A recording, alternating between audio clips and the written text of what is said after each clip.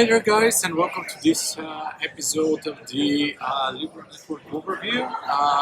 As usual, I'm your host George, and let's dive into the next section of this overview where we're going to be talking about the different types of clients that are there, the states, the transaction, and what is an account in the Libra network.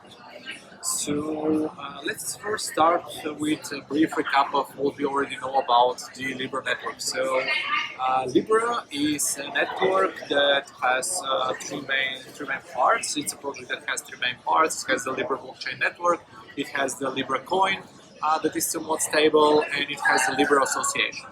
What we're going to be looking into this episode is the Libra network, and the Libra network is pretty much comprised of two types of clients. The client nodes and the validator nodes. As we have already talked about briefly in the previous time, client nodes are pretty much a piece of software that has the capability of interacting with the Libra blockchain. This means that they're able to submit transactions and requests towards the validator nodes. And they can be run by the end user or on behalf of the end user. Validator nodes on the other side are the nodes that are actually keeping the historical data of the network and keeping the consensus between each other.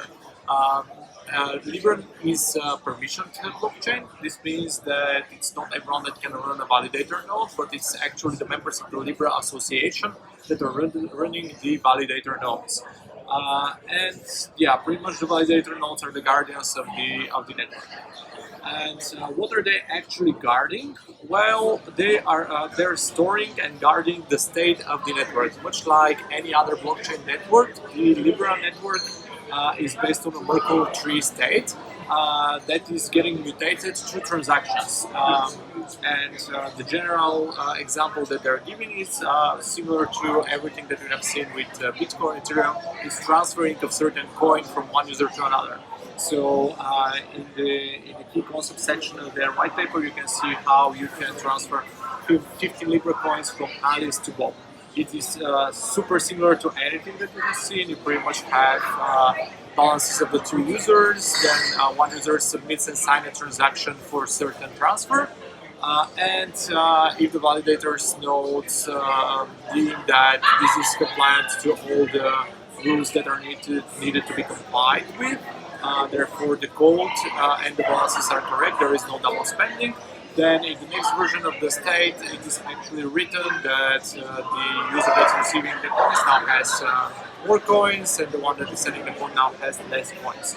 And all of this is done through transaction. Transactions, again, are very similar to everything that we have seen in other networks. They have very standard fields. They have sender address, and public key. They have a program. This means the data that you want to send and execute. If there is need to be something to be executed or a move script, by default a move script. To remind you, move is the language where you encode smart contracts in Libra.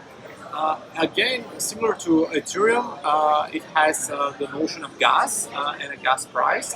Again, you're going to be paying for your execution in the units of gas, and every unit of gas, you're going to decide how many micro Libra you're going to be using for this transaction.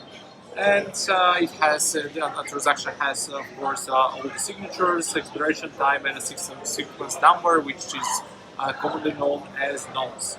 So when a user wants to modify the state, they're pretty much including all this information. They're signing the transaction, and they're giving this to a client node. The client node that gives this to a validator node, and in a later video we'll see how the validator node is chosen, how the validator nodes actually are deciding who is the leading node for the slave nodes.